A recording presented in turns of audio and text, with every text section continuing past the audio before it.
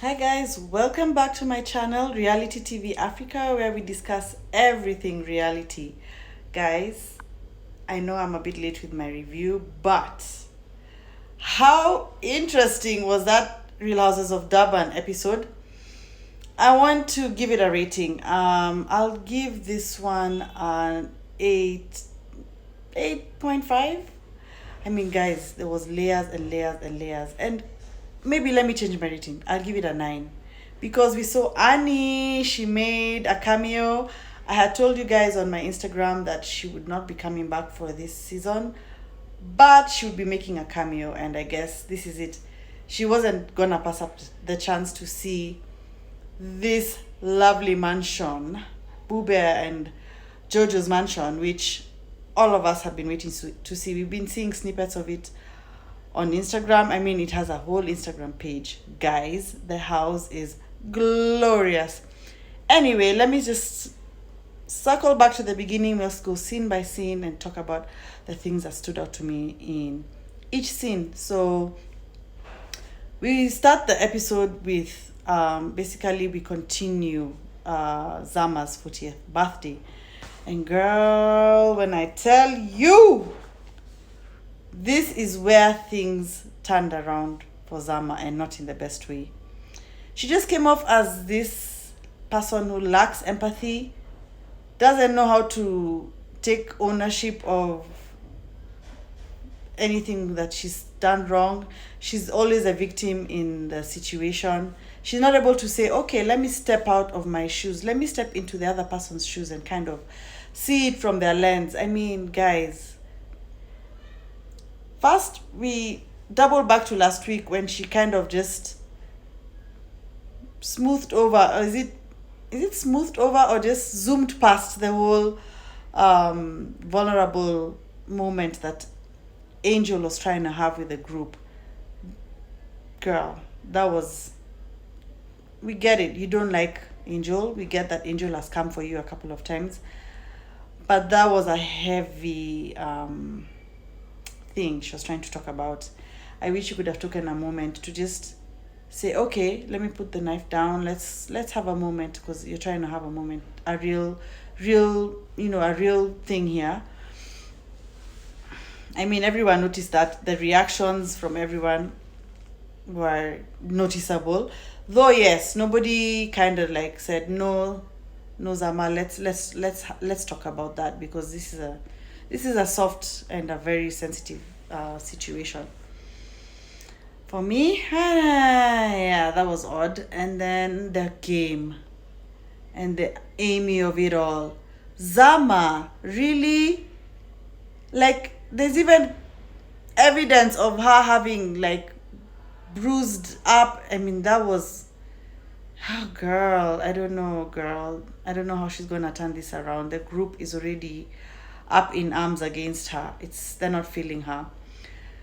Amy held her own. If I was Amy, I would have stood up, picked my bag, and walked out of the building, because, girl, like, how are you accusing her of something that clearly even has evidence of what happened to her?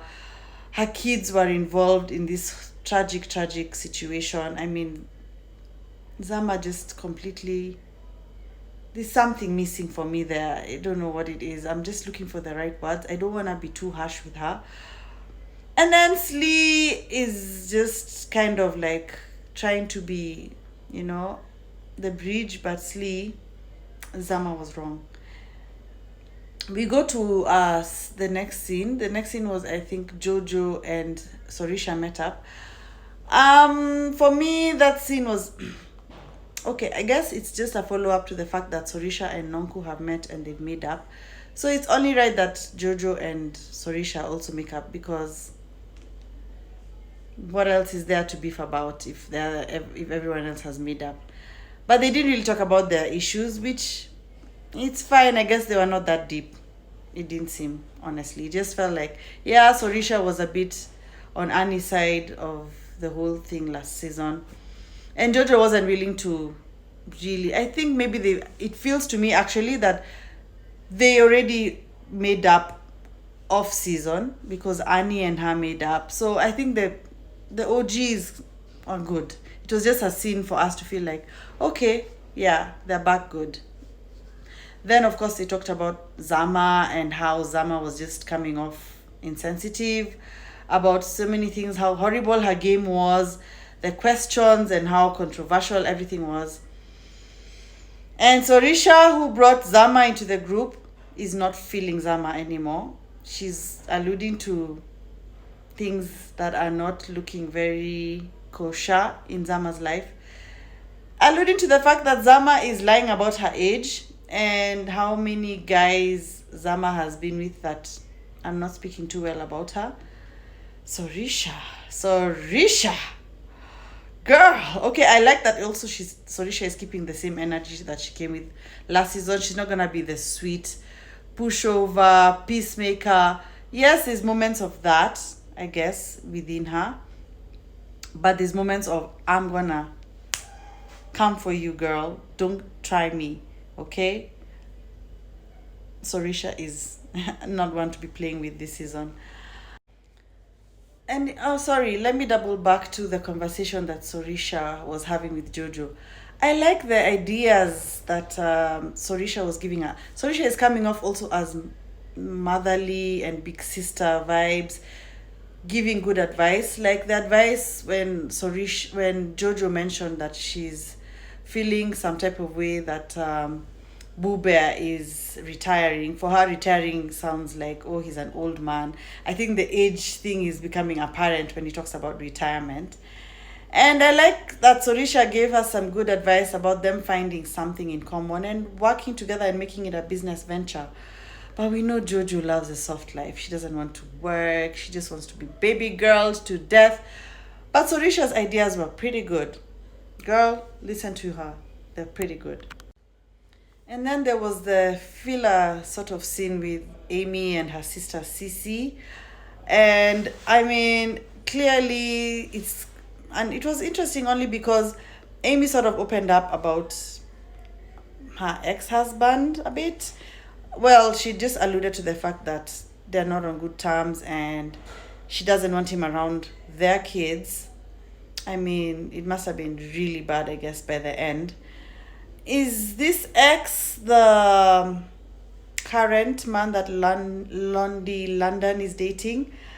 I believe that's what was the crossover in that situation, because what came out is that Londi London was asked to come back, but she declined, and then they got Amy, who was Londi London's current man's ex. I don't know if you get that. Amy was married to Londi London's current man. Yeah, pretty much. This scene with Nonku and Zama, I'm so proud of Nonku.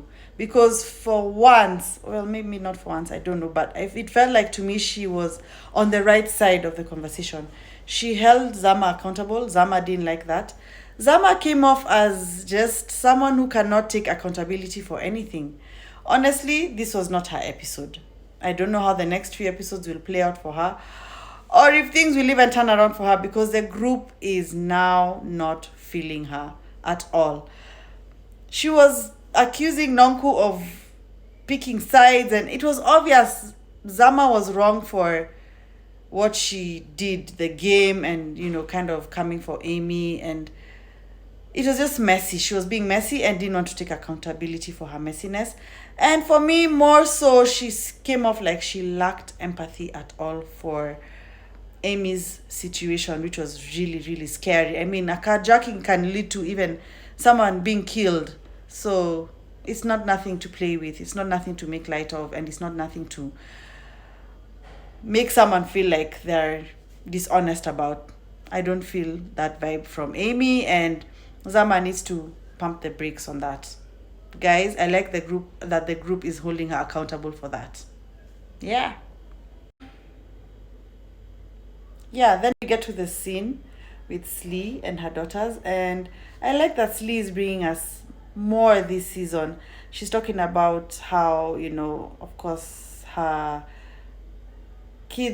girl's father and and her spirituality and the traditional spiritual side of her, and how, the kids were torn between that situation and where they stand now. I mean, it's good to see Slee being a mom. I mean, these are the moments you see the realness from the ladies when they're living their real lives, real moments with other people other than the ensemble cast. I like that. Then we see the scene with Boo Bear and Jojo. I mean, guys, how cute are these two? Honestly, I love how Jojo is just doesn't take anything seriously, and Boo Bear is like, no, baby, you need to think about this. Now, this kind of marries with what Sorisha was advising Jojo. Once Boo Bear retires, what next for you two? I mean, yes, you're wealthy, yes, you have money, but you can just lay around and just be together.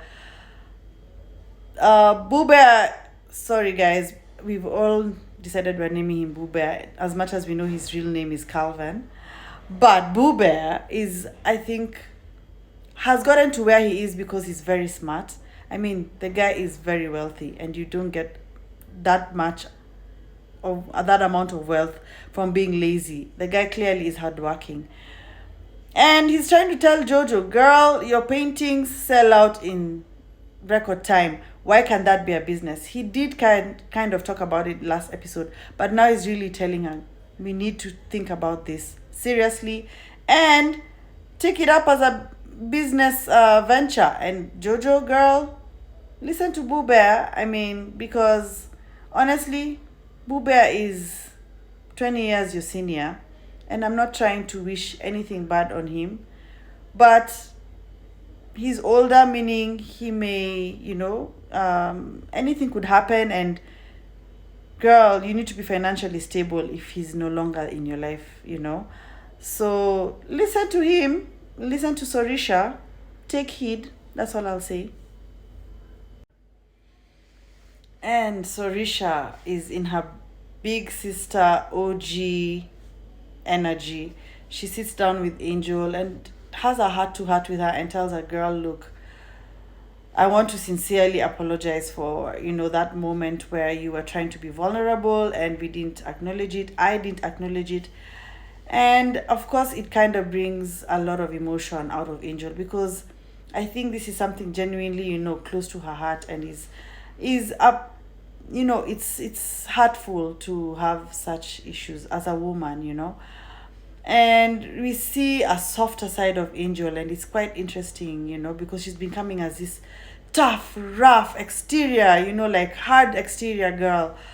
But I liked seeing that vulnerable side, and I also liked seeing this big sisterly vibe from Sorisha telling her, as one of the OGs of the group, that you are accepted to the group, you're one of us, and you're not going anywhere, and we are sorry. I'm sorry for not not acknowledging that moment, and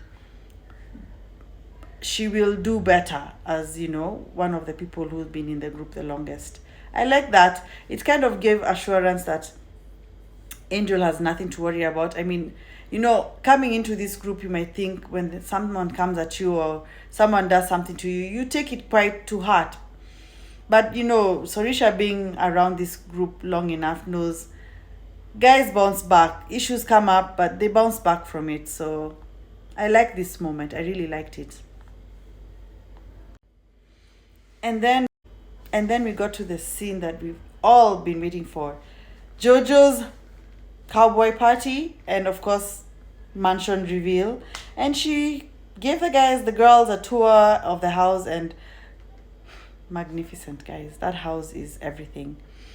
And then Annie arrives. That party looked like it was so much fun. I mean, cowboy theme is not hard to really get an outfit together. So I don't understand why Zama came in sneakers. Sorry, guys. I'm not trying to pile on to Zama, but girl, you could have tried. I will also say JoJo's outfit, she could have done better with it as well. She didn't have cowboy boots. Cowboy boots, I mean, you have a cowboy. You are the host of the party. You don't have cowboy boots. All you have is a hat and a two-piece. Girl, I think Tops for me was Nonku Nonks. And then second was for me was Sorisha. Oh wait, Annie was second for me. Nonku, Annie, Maria, not Sorisha. Those three for me nailed the theme. The rest, hit and miss, including the host. Nah. Now, one thing I must commend is that JoJo did decide that, guys, you're in my house and we are gonna discuss things as a collective. Nobody is gonna have conversations behind each other's back. Though guys were piling on to Zama, Zama, yeah, she took the brunt of everything for this scene. I mean, they did pile on to her, but she kind of deserved it, because for me, she was coasting through. She was not being held accountable, and she was on the mute challenge for the first few episodes, but now we've seen her activated, and thank God we have, because for me, I was like, girl, what are you doing there? Are you gonna just let them all just, like Angel, just talk to you the way she wants, and you're not gonna clap back? You're just doing passive aggressive things, like not letting her have her her sensitive moment at your party, and paying her dust when she came for you in the first episode at Sorisha's house. Girl, you were gonna have to talk at some point, and talk you did. Though the one interesting thing was Nonku was kind of caught in a lie. I mean, production did a playback receipt right there, because Nonku, you're the one that said Angel doesn't know about construction. You said that to Sorisha. Unless there was a separate conversation that we didn't see on camera that Zama said about, no receipt, no case. Whoa. Angel was coming with the punches. She was like, you are not gonna talk about me, you're not gonna talk about my parents, you're not gonna talk about my businesses. And so what if they're my parents' businesses? What right is it for you to go and talk about behind my back? And then we had Amy coming for her like, girl. Oh wait, also Angel talked about the fact that she was fired from her job at a radio station. I don't know how true that is. Guys, if you have the receipts, comment below. Amy was like, yeah, I know who you're with right now, and if I want to speak, I'll speak about it, but I'm not gonna do it here. I mean, the girls were not happy with Zama. They were not having it. Zama, this was your episode. I foresee the next few episodes also being about you and the talking you've been doing. I mean, somebody even said, I can't remember who, but they mentioned that you've been talking about Maria. So, girl, you have a lot of splaining to do. And next week, I guess we're going to segue back into this party, because a lot more is going to be said. And we'll definitely be here to talk about everything, guys. Thank you for joining me on my review. I am Reality TV Africa from Nairobi, Kenya, and I love reality TV. And I'm watching Durban, guys, and I'm reviewing it here. Follow, subscribe, turn on the notification button, and yeah, share this video, comment below, and let's meet up next week again to discuss the next episode. Until next time, bye.